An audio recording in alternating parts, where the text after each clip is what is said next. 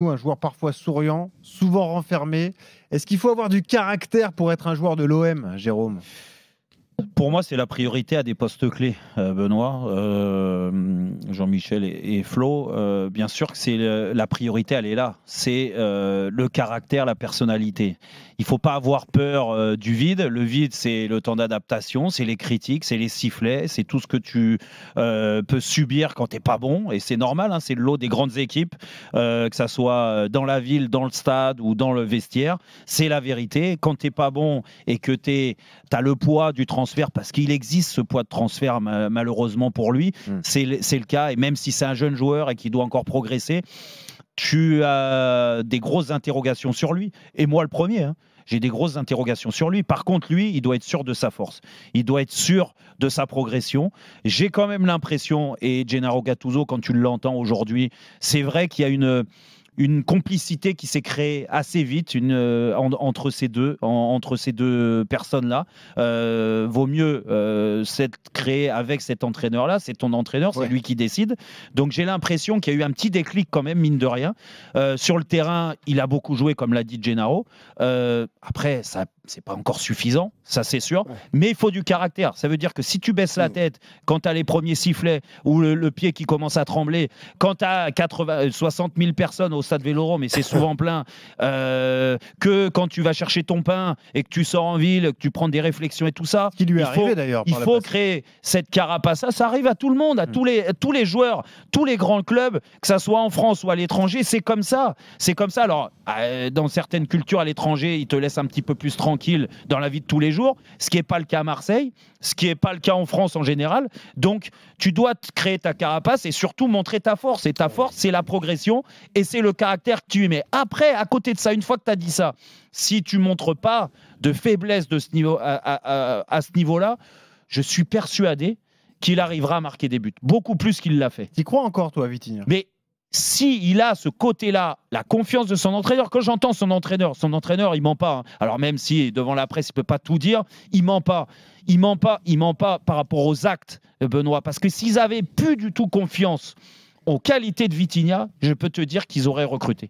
Ils auraient recruté, ils auraient fait des pieds et des mains. Et on en a parlé hier dans l'émission pour essayer de refaire Alexis Sanchez qui joue pas. C'est-à-dire te séparer peut-être de Vitinha, mais aussi d'autres joueurs pour essayer de créer une petite aisance financière pour pouvoir recruter un joueur comme Alexis Sanchez, où là, tu as des certitudes que le mec, il a déjà gagné le cœur des supporters marseillais, mais non, il croit encore à Vitinha. Et donc oui, en effet, et là je suis d'accord avec Flo et avec Gennaro Gattuso, t'as l'occasion, mon coco. Ils n'ont pas recruté. Tu vas avoir du temps de jeu. À toi de montrer du caractère et après de la technique un peu plus qu'il l'a montré pour marquer des buts et être important. Mais la priorité, je suis désolé, on peut parler de pied, de technique, tout ce que tu veux. Des buts, il en a marqué à Braga. Quand tu arrives à Marseille, c'est avant tout ton état d'esprit, ta personnalité. Alors Jean-Pierre Papin, quand il est arrivé, rappelle-toi, il y a quelques années, les critiques, les ceci, les cela, il n'avait pas les qualités qu'il avait, Jean-Pierre, quand il est reparti de l'Olympique de Marseille au début. Hein. Non. Par contre, il avait un mental et il s'est toujours accroché. Et ça passe par le travail. Et je pense que Vitinha, il a tout intérêt à accepter tout le travail et toutes les critiques de Gennaro Gattuso, son entraîneur, parce que vraiment, j'ai l'impression que Gennaro Gattuso, il veut que son bien, il veut le faire passer un cap, et il en est capable. Jean-Michel. Ouais, risque de mettre les pieds dans le plat. Je pense pas que ce soit la priorité. J'ai entendu la déclaration de l'entraîneur de l'Olympique de Marseille. Il a parlé du sourire, que parfois il se renfermait. J'eus préféré qu'il parle de ses qualités de footballeur. Et il ne l'a pas fait parce que, malheureusement, depuis qu'il est arrivé, on n'en a pas vu beaucoup. Ni sur le plan physique, ni sur le plan technique. Il y a un vide sidéral de la part de Vitinha. Et tout ça s'est traduit par la qualité de ses performances et par des statistiques qui sont faméliques. Donc, moi, je veux bien que tu mettes un gars qui a des qualités morales. Des gars qui ont des qualités morales, qui sont gonflés comme des poissons-lunes, il y en a à tous les coins de rue, Jérôme. Hein. Il y en a à tous les coins de rue. Même qui n'ont jamais tapé. Non, mais je vais, évidemment, je caricature. Et qui n'ont jamais tapé dans un ballon. Ils ne réussiront pas à l'Olympique de Marseille. À l'Olympique de Marseille, les bons footballeurs, tôt ou tard, ils réussissent, même quand ils ont des débuts difficiles. À l'exemple de Papin, tu l'as cité. À Marseille, non. Et Aubameyang, il a eu un début de saison facile. Ouais, mais Aubameyang, est-ce que c'est le même en termes de tête d'état et tout? Je te mais demande, Aubameyang, j'ai pas de doute sur sa personnalité, son caractère avec la carrière qu'il a faite. Aubameyang, il a bien débuté la saison. Il a pas été pris en grippe. Jean-Michel, tu vas pas me comparer les deux. On a des références à Aubameyang. Et Aubameyang, pendant un an, il a quasiment pas joué au football. Mais je te compare pas les deux parce que les deux n'ont pas les mêmes. Parce que les deux n'ont pas les mêmes qualités. Excuse-moi, ils jouent dans la même équipe.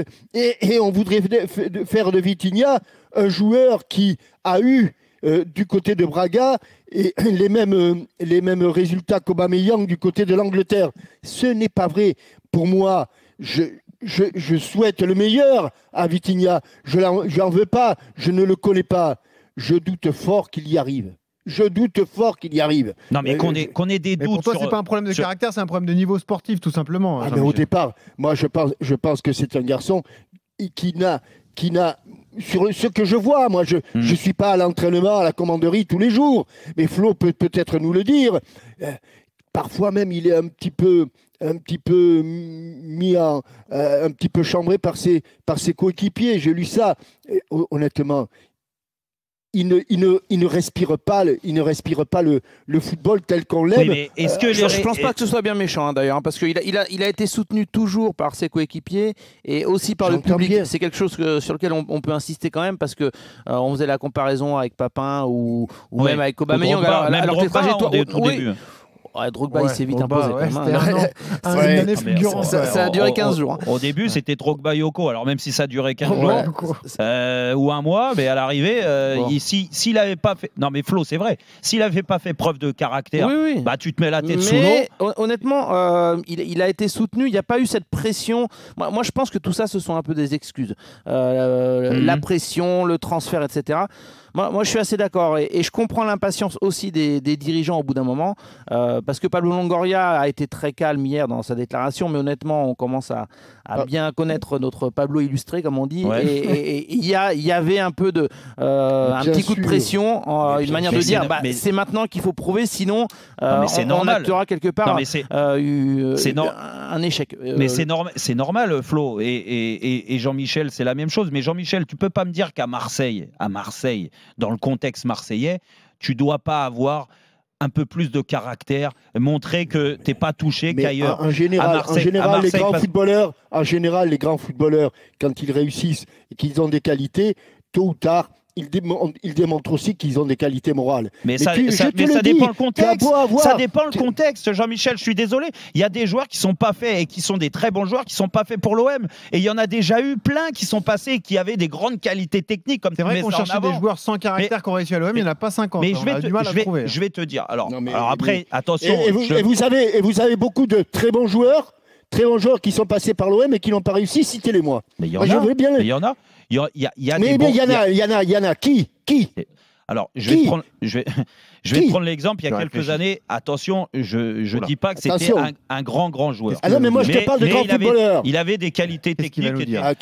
Jocelyn Gourvenec était un beau joueur de football. On est d'accord. D'accord. Ouais. C'était un beau joueur de football. Dans un beau comme Raymond mais laisse-moi finir. C'était un bon joueur de football. Il avait un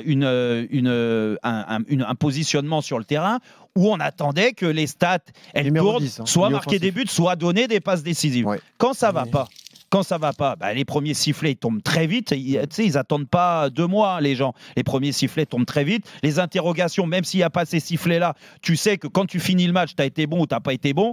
Bah, ça, il me manque ça, tu commences à douter. Tu prends jamais le dessus. Quand il te manque un peu de caractère, de personnalité, tu prends plus le dessus. Vitinha, Johan Gourcuff, qui n'a pas joué à l'OM. Non, Johan Gourcuff, arrêtez-moi avec Johan. Johan, c'est probablement un joueur qui avait d'énormes qualités. Il a fait une saison dans sa vie. Oui. Bah oui, Il a fait une saison.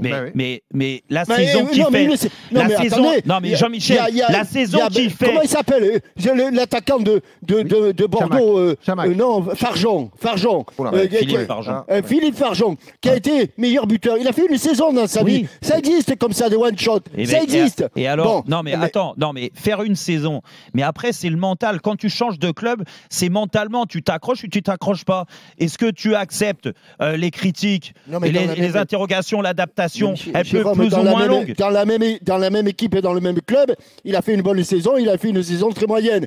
Non. Et lorsqu'on a proposé 60 millions, non pas 60, je dis des bêtises, 20 millions. 30. 20. On parle de qui de Gourcuff, le transfert de Bordeaux à Monsieur Trio, il a dit je vous l'amène à pied, à cheval ou en bicyclette, mais je vous l'amène tout de suite parce que c'était terminé. Il a fait une saison, Johan. Mais il a fait une saison pas par rapport à ses qualités techniques, il a fait une saison par rapport à son mental. On va pas. Mais moi je suis plus inquiet sur la qualité parfois technique de Vitinha que par son caractère.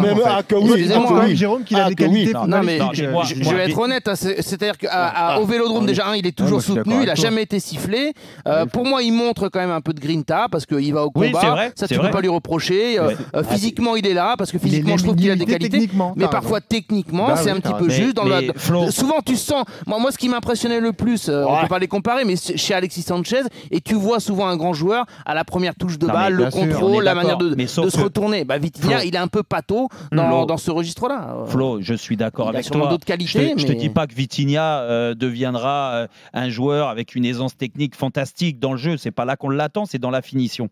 On est d'accord ? Dans la finition, quand il a été recruté, à Braga, la finition, il a marqué des buts à Braga. Il a mis 28 buts en 67. Vous allez me dire le championnat portugais, c'est pas du niveau. Non, écoute. Franchement, quand on voit certains matchs du niveau du championnat de France cette année, on ne peut pas dire que le championnat portugais à plus forte raison, il devrait s'imposer. Alors, c'est pour ça. Mais alors, s'il n'y arrive pas, encore une fois, je vous le redis, je pense que il a beau avoir cette grinta-là, et tant mieux qu'il l'ait, parce qu'il se bat et tout ça, et c'est essentiel de toute façon pour un joueur de football. Je ne comprends même pas que le mec, il n'ait pas envie de s'arracher. Ça, on peut pas lui reprocher. Non, mais ça, on peut pas lui reprocher. Mais c'est pas là-dessus que je l'attaque, moi. Ouais. C'est sûr. Toi, tu dis c'est l'aspect mental. Mais l'aspect mental, parce que la pression, quand tu as l'occasion de la tête, à mettre un but de la tête, d'accord, on croit que c'est facile quand on regarde le match comme ça à la télé ou qu'on les commente à la radio, mais c'est pas si facile que ça quand tu es sur le terrain. Et pour un attaquant qui a réussi à marquer des buts à Braga, il en a mis quand même pas mal, tu me donnes les stats, il a mis 28 buts. C'est plus de 67 matchs. C'est plus d'un but tous les 3 matchs. Il n'est pas du tout dans ce ratio-là avec l'OM, c'est que mentalement, il y a des doutes. Ouais. Et ces doutes-là, moi, je ne peux pas être dans sa tête, mais il doit passer le cap. Si à Marseille, plus qu'ailleurs, tu ne passes pas ce cap-là, tu n'y arriveras jamais. 18h21, vous écoutez Roten sans flamme. On est avec Jean-Michel Larquet, Jérôme Roten, Flo Germain. On parle de Vitinha, l'échec Vitinha à Marseille. Est-ce qu'il faut avant tout du caractère pour réussir à l'OM ? Parlons-en avec un supporter marseillais, Eric, qui nous rejoint. Salut Eric. Salut Eric. Oui, bonsoir. Bienvenue Eric. Tu habites tout, Eric ? Moi, je pense qu'il lui reste un mois et demi pendant la CAN. Je pense que... Un mois et demi. C'est pas... Comment ? Un mois et demi, tu as dit ? Ouais, pendant la CAN. Non, mais pour savoir si c'est réel échec ou pas. Et je pense que, par exemple, je l'avais vu face à Monaco avec Braga. C'est ce genre d'attaquant que, on est que l'OM, on est un club de 3e zone. Hein.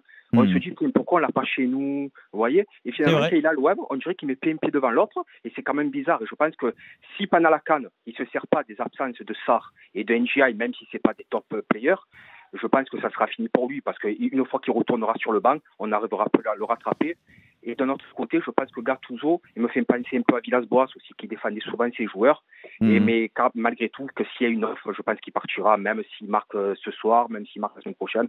Je pense que l'idée de l'OM, je pense que c'est son départ. Mais l'offre, il n'y en aura pas. Il n'y en aura pas pour l'instant. Du moins, s'il y a une offre de Vitinha, déjà, ça va être un club de seconde zone, beaucoup moins ambitieux que l'Olympique de Marseille. Alors déjà, comme tu l'as dit, l'OM est aujourd'hui dans le chapeau numéro 3, on va dire. Voilà, c'est ça. Donc, ils sont à leur place en Europa League, il n'y a pas de souci. Mais Vitinha, pour avoir une offre, je suis désolé, mais quand tu es un attaquant, tu dois avoir un ratio occasion-but beaucoup plus supérieur à ce qu'il l'est aujourd'hui. Il a mis que 3 buts dans l'année. Donc tu vas vendre à perte et déjà tu n'auras pas d'offre. Par contre, là où je te rejoins, c'est qu'en effet, il a une pression déjà particulière pendant ce mois de janvier et début février parce qu'il va avoir beaucoup plus de temps de jeu peut-être qu'il a eu dernièrement, quoi qu'il en a eu quand même avec Gattuso, et que ça sera à lui de montrer qu'il peut s'imposer à Marseille, il peut aider l'équipe à gagner. Et si l'équipe elle gagne avec un Vitinha titulaire, peut-être que les cartes vont être redistribuées en effet, et que dans la vision de l'OM, se dire écoute, on va profiter de ces mois là où il progresse pour peut-être au mois de juin le vendre, pour rentrer un petit peu dans nos frais. C'est quand même pas le visage, c'est quand même pas le profil d'un joueur qui a un grand avenir du côté de Marseille que vous êtes en train de faire. Non, mais de toute façon, moi aujourd'hui, il faudrait être complètement taré pour dire Vitinha, il va rester 6 ans à Marseille. Déjà, pour rester longtemps, 2027. Il va falloir marquer des buts. Et quand tu es attaquant, il faut que tu joues beaucoup plus et que tu marques des buts. On l'attend dès ce soir face à Strasbourg.